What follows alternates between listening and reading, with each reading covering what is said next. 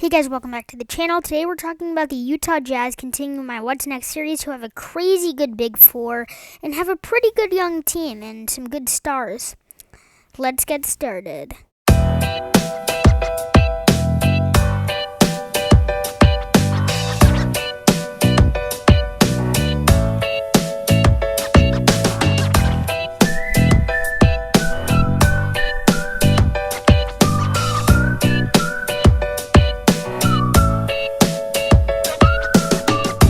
First, we'll be talking about the team's pretty much star player, I'd say, which is Donovan Mitchell, who's had 3 good seasons in the NBA and was an all-star this past year and is ready to build off that and become a superstar this next year. He's very efficient, is a good three-point shooter, and he's really kind of the next Russell Westbrook or Derrick Rose.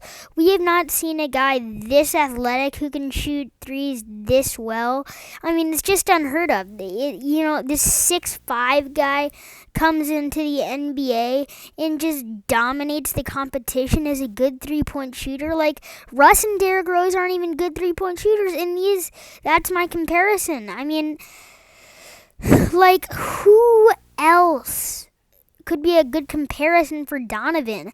There's no one like him ever in NBA history. He's pretty much just a player that, no one's like him. Then you got Rudy Gobert of the Utah Jazz, I know, he gets a lot of hate for touching the microphones and things, and he admitted he was sorry and told everyone that he should not have done that. But besides that, he's a great player who's won Defensive Player of the Year awards, and the Stifle Tower is incredible. Their big three is pretty good, with Rudy Gobert, Donovan Mitchell, and Mike Conley. They also have Bojan Bogdanovic. He's a budding star. He definitely doesn't get enough credit because, he's probably going to be an all-star next season. Their other players consist of Joe Ingles, Royce O'Neal. They're a pretty good young team. Donovan Mitchell, like I said, there's not a player comparison for him. He's so dominant. And you know what? Bojan Bogdanovic averaged 22 and 4 this past season. Maybe he should have been an all-star. Who knows? Bojan had a phenomenal year. I believe that this year or the year after this year, I think he'll be an all-star player. He's a great star that can give you 30 minutes a night.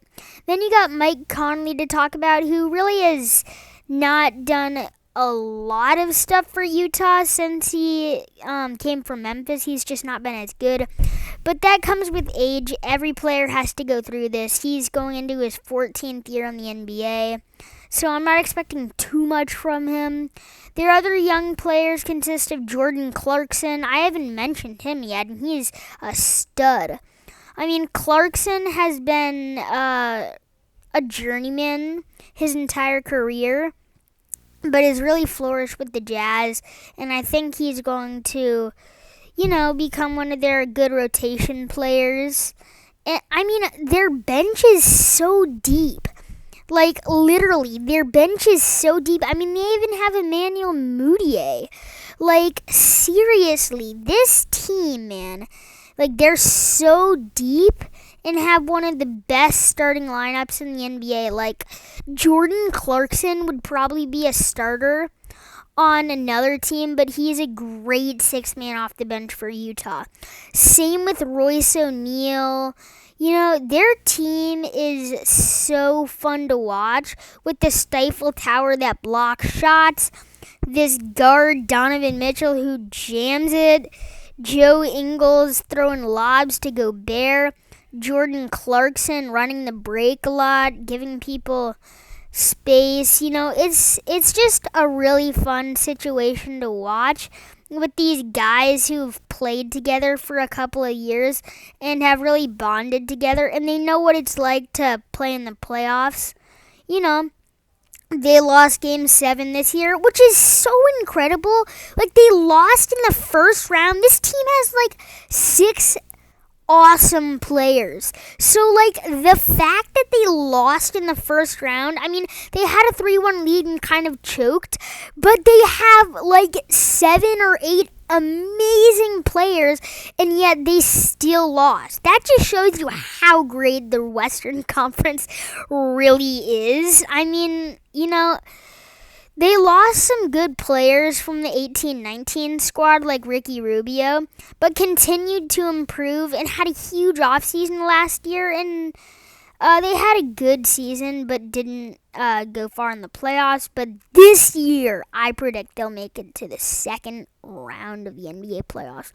Thank you for watching, guys. We're trying to hit 50 subscribers by the end of the year. Let me know what you want me to do for a video when I hit 50 subs. It'll mean a lot to me when I do. And 42 is awesome. Click that subscribe button, and I'll see you next time. Peace out.